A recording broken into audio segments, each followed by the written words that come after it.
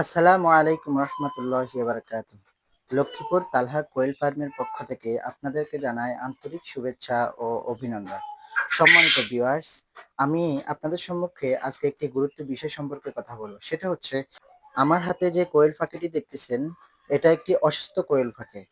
আমি কোয়েল পাখিকে প্রতিদিন যত্ন করে থাকি।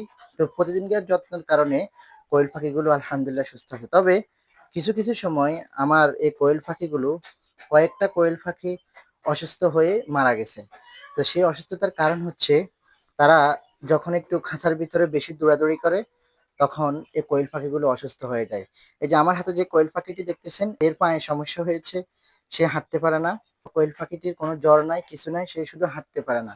তো হাঁটতে না পারার কারণ হচ্ছে, যখন এই যে খাঁচার ভিতরে পাখিগুলো দৌড়াদৌড়ি করে, তখন ওই পাখিগুলোর পায়ের যে ক্যালসিয়াম আছে, ক্যালসিয়াম শুকিয়ে যায় এবং তারা দৌড়াদৌড়ি করার কারণে হয়রান হয়ে যায়, আর তাদের পায়ের সমস্যা হয়ে যায়। এই কারণে তারা হাঁটতে পারে না। তো আপনারা যারা খাঁচায় এই কোয়েল পাখি পালন করেন, তারা একটু এদিকে লক্ষ্য রাখবেন, যেন তারা বেশি দৌড়াদৌড়ি না করে। যখন পুরুষ পাখি থাকে, তখন মহিলা পাখির ভিতরে পুরুষ পাখি থাকার কারণে পুরুষ পাখিগুলো মহিলা পাখিদেরকে একটু দৌড়াদৌড়ি বেশি করায়, এই কারণে তারা দৌড়াদৌড়ি করে অসুস্থ হয়ে যায়। তো আমার এখানে পুরুষ পাখি আছে, কিছু পুরুষ পাখি আছে। আমি ইনশাল্লাহ বোর্ডিং করব, এই কারণে তাদেরকে রাখতেছি। তো যেদিন থেকে বোর্ডিং করা শুরু হবে, আবার ওই দিন থেকে আমি কিছু পুরুষ পাখি কমিয়ে ফেলবো। তো এই যে যারা, যে সকল পুরুষ পাখি আছে, আমি তাদেরকে আলাদা আলাদা, আমার এখানে ২টা খাঁচা আছে। আমি ইনশাল্লাহ আলাদা আলাদা করে এই ২টা খাঁচা থেকে পুরুষ পাখি ভাগ করব।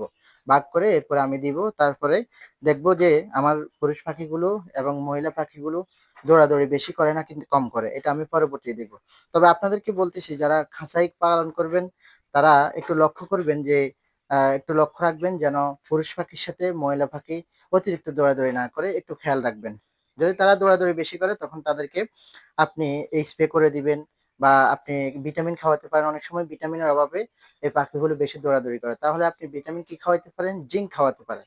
যখন আপনি জিঙ্ক খাওয়াবেন, তখন জিঙ্ক খাওয়ানোর পরে তারা আর তেমন দৌড়াদৌড়ি করবে না। আপনার পাখি সুস্থ থাকবে। তো আপনারা দেখতেছেন যে, আমি এই ভিডিওগুলো তৈরি করার উদ্দেশ্য হচ্ছে, যারা নতুন খামারি ভাই আছেন, তারা অনেক কিছু জানেন না। তো না জানার কারণে আপনাদের ভুল হয় কি, আপনারা যখন পাখি পালন করা শুরু করেন, তখন শুরুতেই আপনারা লস খেয়ে যান।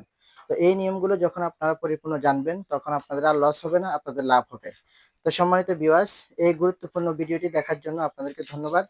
আমার চ্যানেলের সাথে থাকবেন এবং চ্যানেলটি সাবস্ক্রাইব করে দেবেন।